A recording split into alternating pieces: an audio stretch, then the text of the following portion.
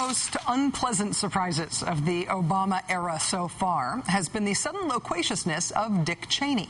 After 8 years of calculated, mostly silence as vice president, suddenly in the first few months of the administration that succeeded his, Dick Cheney has been everywhere, except on this show. He's everywhere except this show, talking about national security.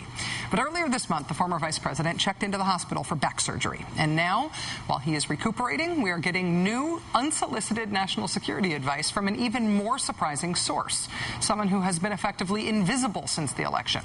It's former National Security Advisor and Secretary of State Condoleezza Rice. Our national security interests are very much tied up in not letting Afghanistan fail again and become a safe haven for terrorists. It's that simple. If you want another terrorist attack in the United States, abandon Afghanistan. The person who was National Security Advisor when 9/11 happened, and for 9 months before, is now telling us how to avoid a terrorist attack. And I ask you whether you recall the title of that PDB. I believe the title was Bin Laden determined to attack inside the United States. That's the person from whom we're supposed to take how to avoid a terrorist attack advice now.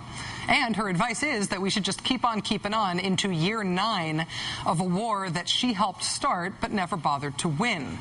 Never bothered to win, maybe because she didn't notice we hadn't won it. The Taliban has been defeated. With the Taliban eliminated and Al-Qaeda badly damaged, we've moved now into a second stage of our war on terror.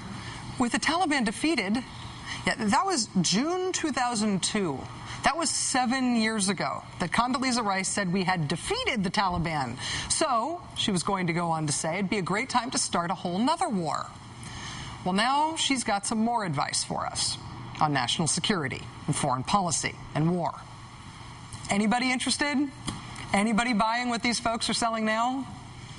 Joining us now is Sam Stein, political reporter for the Huffington Post. Mr. Stein, thanks for coming on the show. Nice to see you. Nice to see you too, Rachel. Thanks for having me. We had sort of gotten used to seeing former Vice President Dick Cheney rub his hands together over the prospects of more terrorist attacks during this presidency. not hoping for them, obviously, but certainly, I think, hoping to blame someone for them if they happened. Condoleezza Rice had been keeping a pretty low profile. Why do you think she's speaking out now? Well, she has been keeping a low profile, and it is surprising to see her take these rhetorical steps against the Obama administration.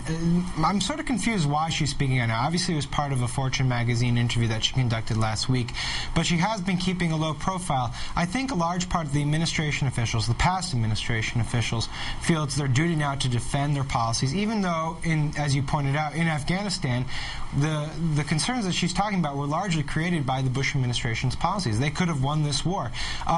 With Dick Cheney, with Condi Rice, there is a sense that you can get to the point where if another terrorist attack occurs, you can say, we told you so. And I know I talked to a bunch of people who were pining for Dick Cheney to run for the Republican nomination in 2012, and we're talking just about that scenario. If there was another terrorist attack, he could run on a national security platform. So there's a political opportunism here. Wait, people are hoping for Dick Cheney to run in 2012? People who aren't Democrats? Exactly. This is 2012. This was an article I did 2 weeks ago interviewing Republican strategists about 2012, and they all talked to me about Cheney and how he was perfectly positioned to run on a national security platform against Obama in the 2012 elections, in large part because of the arguments he's been discussing in public appearances, which is that we need to go on the offensive and use military might to keep the country safe, and anything less would be endangering U.S. citizens and U.S. troops. So it is actually a relevant theme within the Republican Party at this juncture, and I think there is ample room for political maneuvering that Condi Rice and others are taking. I almost couldn't hear the end of your answer because of the champagne corks that were apparently going off all over liberal New York City. In all seriousness, though, Sam, you have been reporting this week from the neoconservatives' new gig. Yeah. They're calling themselves the Foreign Policy Initiative now instead of the Center, what is it, the Project for a New American Century. What are they advocating now? Essentially the same thing. This is the outfit that was started by many of the intellectual authors of the Iraq War. They are former Bush administration officials, as well as some of the people outside government, like William Crystal, who laid the foundations for the intervention in war in Iraq. Right now, they're saying that you need to essentially follow the advice of the generals in Afghanistan and devote 40,000 new troops there, or else you risk failure and lives. U.S. forces. Senator John McCain appeared before them today, made the argument that if, in fact, Obama were to not follow the advice, he would, in fact, be endangering the U.S. forces that are currently there. Mitt Romney, another prospective 2012 candidate, went there and accused Obama of acting like Hamlet by deliberating over strategy in Afghanistan. For this crowd, essentially, there is no solution that doesn't have a military. There is no problem that doesn't have a military solution, and so it's not surprising to hear them advocating for more troops in Iraq. But you thought that they would be a little bit more intellectually discredited after what happened in Iraq. Sorry. Well, during the whole Bush years, I mean, that's I guess the big existential shame-based question that I have. I mean, exactly. In their discussions with one another, and when they talk about what they're advocating now, I don't mean to sound rude, but is there any sense of shame that they might have been wrong about anything that happened during the Bush years, or do they see the Bush years as a success? They see them as a success, and John McCain actually made note of this today in his comments. He was talking about what Obama needed to do with this new report, and his pivot was, well, when I was in the Republican primary, I had to face the tough situation myself. I advocated for the surge of forces in Iraq, and look, he was a huge success, and so Obama should do the same when it comes to Afghanistan. This group of foreign policy thinkers, again, like I said, really is sort of a machismo take on what can be done in Afghanistan and anywhere else in the global community.